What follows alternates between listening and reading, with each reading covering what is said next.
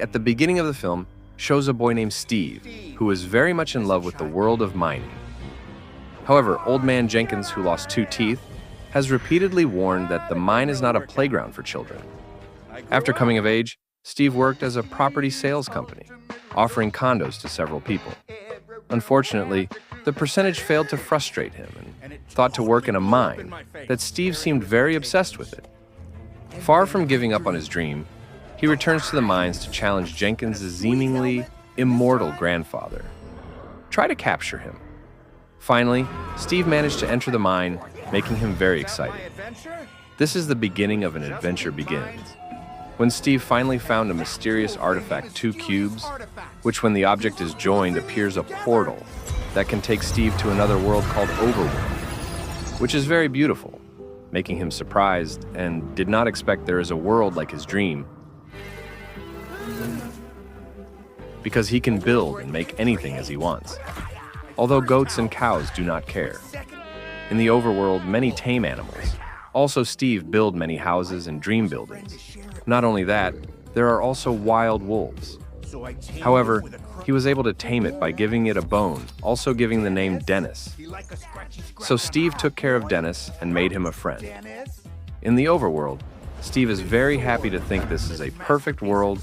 Marked madness continues by building a playground, even dancing with a group of pandas who cannot kung fu. A few years later, while exploring, Steve passes a ruined building and equips a cube around it. It turns out that after the ruins are complete, a portal door appears that takes them into a different world, looks like hell, called the Netherworld. The world is so terrible. There is no happiness or creativity at all, inhabited by piglets, who are then led by Malgoza, an old witch. Malgoza wants to hold Dennis, but Steve offers to better hold him and release Dennis.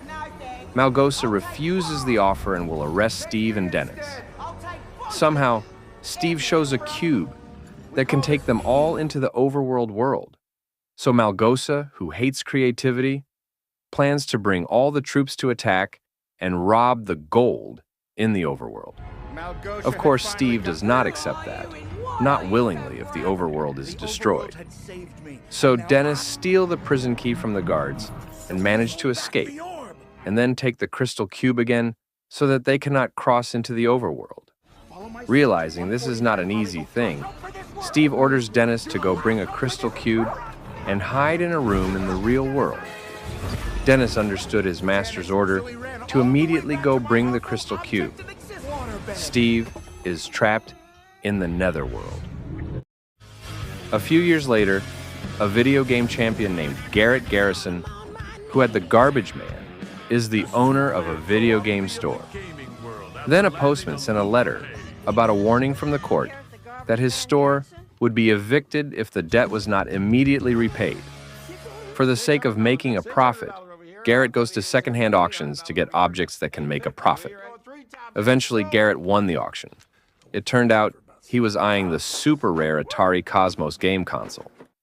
Garrett is very happy, but when he opens the box, it turns out that there is no game console to look for and only some insignificant trash.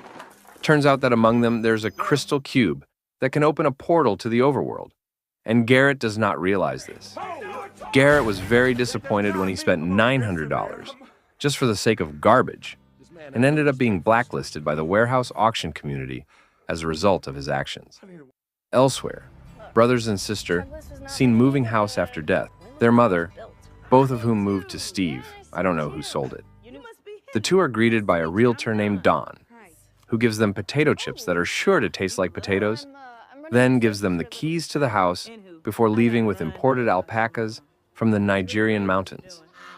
They enter a new house where Henry is checking the pages of his book, which looks like some creative fantasy drawing designs. Meanwhile, Natalie was tidying up some things from the previous house. The next day, Natalie made breakfast for Henry before going to school. Henry was attracted to the game store and met Garrett. He saw some collections and praised this store very cool. So Garrett gave Henry a pamphlet about mentoring how to become a cool game player. After that, he went to school carrying the pamphlet. On the first day, his friend underestimated the profession of rocket researcher. which was Henry's dream. So Henry will prove that the rocket research profession is a cool job by making a jetpack that he will show them. Henry did not realize that one of the wires was cut on purpose because they did not like it if the experiment was successful. Obviously, the experiment did not go as expected by Henry because the jetpack flying uncontrollably crashed into the factory where Natalie worked making Mr. Potato had to fall into the river. Finally, Henry was called to the principal's room asking to call his sister. Because Henry did not want to call Natalie, Henry called Garrett and asked for help to pretend to be his uncle for $26. So Garrett immediately set out to pick up Henry in retro style to make the headmaster fascinated, willing to be put in a bag and dragged to the sidewalk. After arriving at Garrett's place, Henry looks sad. Because of the incident at school, he feels there is no point in creating a dream object by throwing the book into the trash basket. Then, Henry sees the crystal cube, and Garrett reads the warning paper to never combine the two crystal cubes under any circumstances. Since prohibition is an order, Henry immediately does so, and the cube shows a strange reaction. Meanwhile, Natalie contacts Don, asking for help finding Henry, who should have returned home. Unexpectedly, Henry replied to the message that he was heading to the mine, so Don immediately drove Natalie to the location. Meanwhile, Henry and Garrett had arrived at the mine area because the cube seemed to be pulling them deeper, towards the mine. Inside, they see there is a portal, and Natalie and Don follow them from behind. Suddenly, the crystals reacted more strongly, pulling Henry into the portal world, as well as all of them.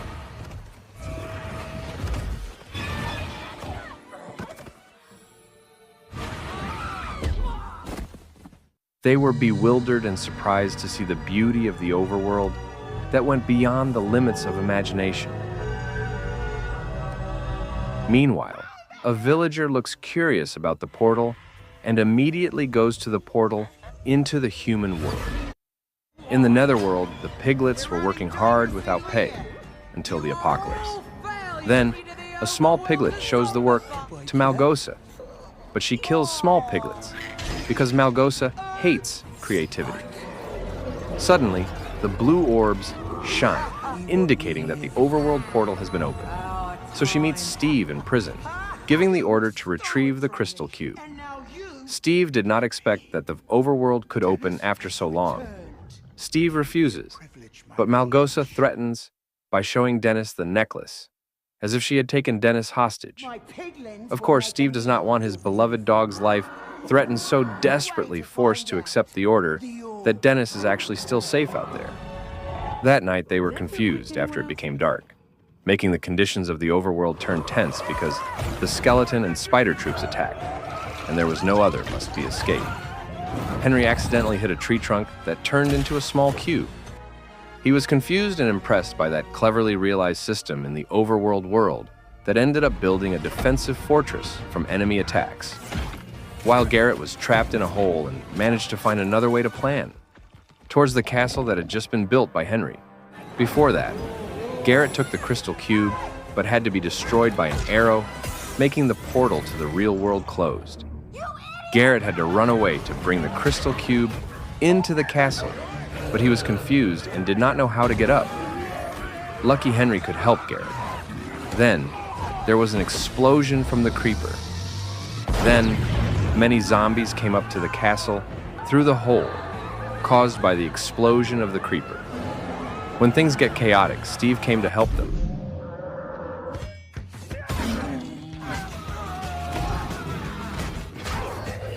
Together, the morning has come, all the monsters are sunburned. After that, Steve asked about Dennis, because it was supposed that the dog was protecting the crystal cube. But they don't know who Dennis is, and there ends up being an argument because Steve asks for the cube. However, they are unlikely to give the cube because it is needed to return home to the real world. Seeing that, Steve says that if they can't go home because the Earth crystal has been destroyed, it's the only way they can go back home. Steve explains that the other crystals are stored in the Woodland Mansion. Steve promises to create a portal to the real world on the condition of returning the crystal cube. They have to work together to get back home. Oh my god. Before heading to Woodland, they have to bring the best preparation, so Steven takes them to a village of Squidward. There are some friendly people and some buildings. Steve explained that in the overworld creative, people can build and create anything without limit. There's also Kentucky Fried Chicken, with a bestseller menu that is lava chicken, with a chicken doused with hot lava. And it's really, really hot. In Etherworld, Malgosa is very angry after knowing that Steve has betrayed, so Malgosa sends General Chuga to attack Steve, who is currently in Squidward's village, who is currently showing all the collections from the weapons store, such as bombs, super shoes, and even war armor and swords. A curious, Garrett opens the box, finding a ball that can make him move to where it fell. Steve also shows a crafting table that can create various random objects, according to combination items that can be swords, iron cans, and trumpet pistols. Then Garrett talked about something, asked if this place has a diamond mine, and Steve explained if he has a lot of diamonds in the redstone mine. Heard it gyrate threatening, no diamond, no crystal cube. Meanwhile, Natalie and Don want to buy a map to the Woodland Mansion. Suddenly, there was a strange sound that turned out to be General Chuga, and the troops came to attack the village and began to destroy everything there to make the villagers run scared to save themselves. Eventually, Chuga meets Steve, who looks upset, but according to Garrett, Chuga will feel the power of his iron bucket and instead knock Steve unconscious.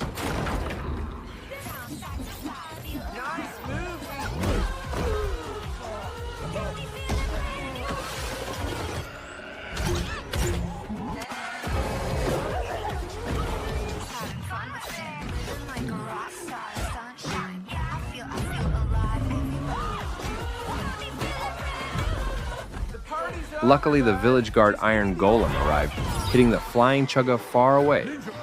Then, Steven, inviting them to go towards the castle, leads them to part ways with Natalie and Don. Once to the top of the castle, they go flying, using the magic item Electro Wings. Henry becomes the experimenter who fortunately can use the wing, while Steven sits comfortably on top of Garrett, driving happily. So this becomes an air war where they are constantly pursued by Piglet's troops, using air balloons that can shoot fire.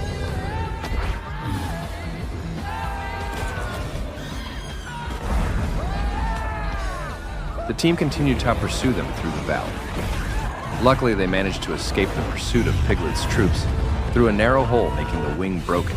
Then, they had to land hard enough. Meanwhile, a villager who goes to the real world is suddenly hit by a car, driven by a woman who turns out to be the principal. She apologizes and is surprised that the villager man's head is so big that she thinks it was the result of the accident. But Villager looks fine, and she invites him to dinner. Returning to the overworld, Steve reminds his experience as a prisoner, where in the Netherworld once held a definite Nether Got Talent show without David or Simon Cowell. In NGT, some piglet showed his creativity and talent. But anyone who follows the event will definitely be underestimated because it will not make them happy. And the most missed thing is meeting Dennis.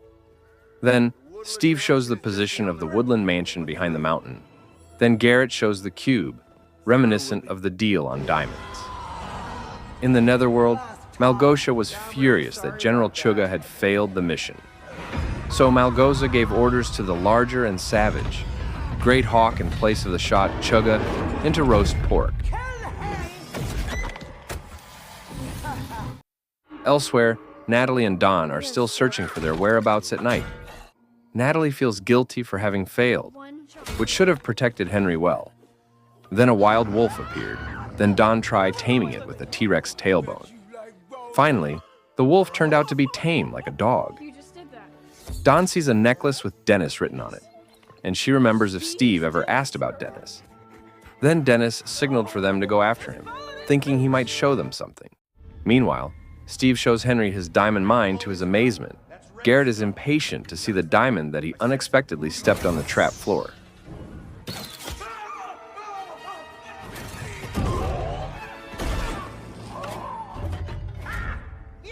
Luckily, Garrett was not injured and tried to carry as many of the diamonds as possible. Meanwhile, Henry seems upset and disappointed at Garrett, who is more concerned with money than saving Natalie and Don. Suddenly, they heard a noise that turned out to be great.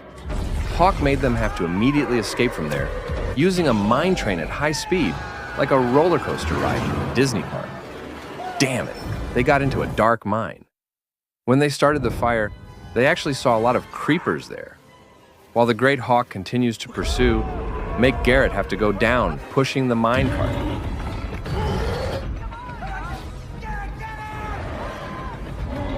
Luckily, they managed to escape from inside the mine, and Great Hawk are buried with the troops after a very powerful explosion from the creeper. Henry looks annoyed to think Garrett is a selfish person. Also take them to dangerous places. Garrett explained that if his condition was not good, he did this because he needed money to cover the losses of the bankrupt game store business, as well as to pay off debts before losing everything. In the real world, the principal is on a dinner date with the villagers at the restaurant. She explained that she had just divorced her husband. Back in the overworld, they were already close to the Woodland Mansion. Steve makes plans. Explaining about Woodland Mansion having 3 floors, each floor is inhabited by different monsters. On the first floor, there is a monster axe murders. On the second floor, there are evokers with the power of black magic. The last on the third floor, inhabited by monsters named Enderman, and never to see his eyes. After making plans, they entered the Woodland Mansion, disguised as buskers, with sombrero hat mushroom pattern to distract the residents there. While Henry goes into the second floor, then Henry tries to dodge from the zombie axe murderer. But when going to the third floor, Henry is caught and must immediately escape ran along the hallway. And luckily he reached the third floor storage room. While downstairs, they are arrested, forced to fight, where Steve is held while Garrett has to fight against chickens and small zombies.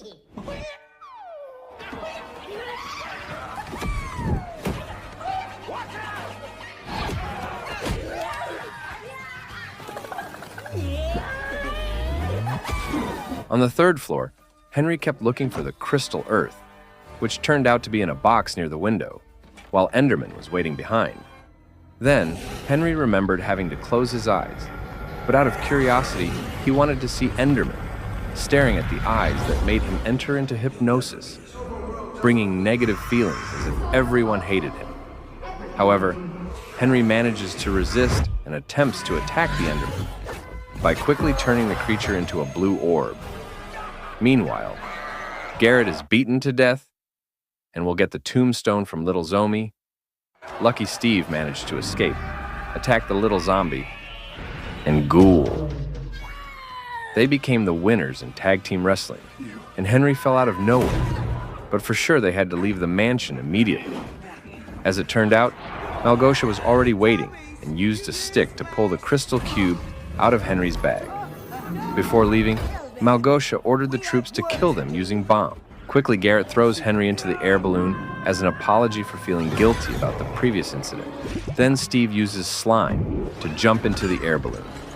When Garrett wants to jump, he is blocked by Piglet's army.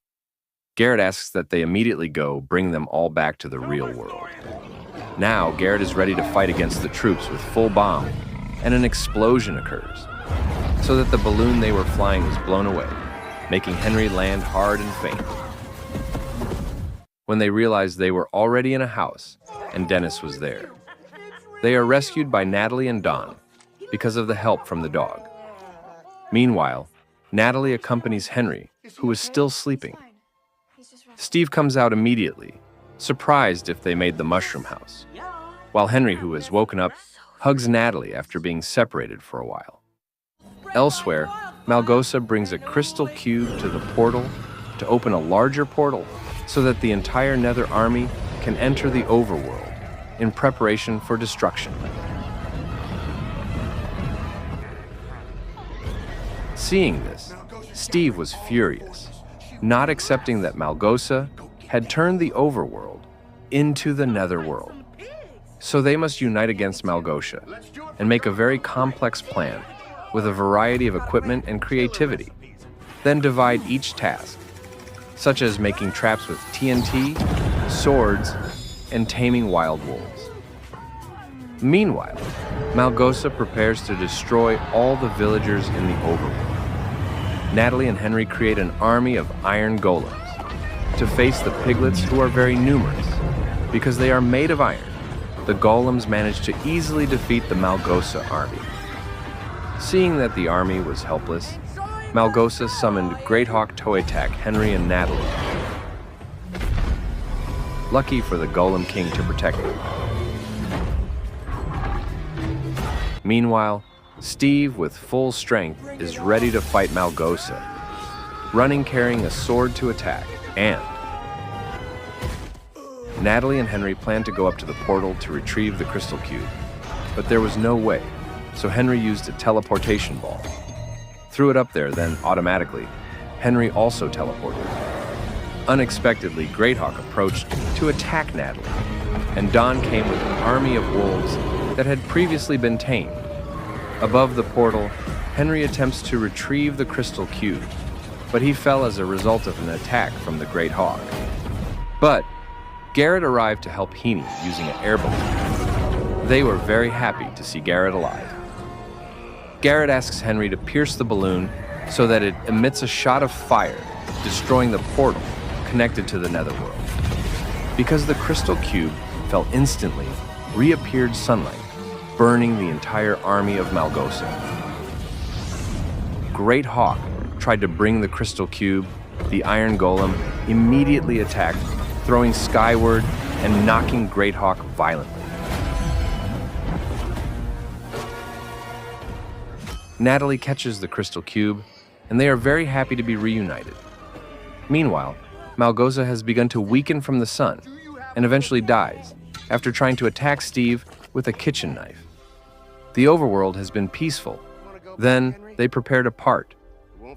Henry and the others say goodbye to Steve. While Steve chooses to stay in Overworld because he was comfortable, assume the Overworld is his house. Henry chose to leave because he felt he could create anything in the real world. Steve is also willing with Dennis' departure to the real world, releasing Dennis to go with Dawn. He does not do it because he no longer loves Dennis, but believes Dennis can change Dawn's life, just like Dennis changed Steve's life. So Steve is confident and believes in Dawn. Then Garrett said goodbye to Steve. Steve also thinks Garrett is a good friend. It was also felt by Garrett, who loved to have friends, and he wasn't alone in feeling like family. Before leaving, Natalie asks once again if Steve still chooses to stay in the overworld. And why not bring the magic of the overworld to the real world? Steve thought for a while and decided to go to the real world, following them. After some time passed in the real world, Garrett's game store managed to survive bankruptcy and not be evicted. The gaming business was going well, and they collaborated to create a new game called Block City Battle Buddies. Meanwhile, Steve became a singer and every Friday would sing at Garrett's place. Don leaves his old job and gets a new job with Dennis at every animal festival.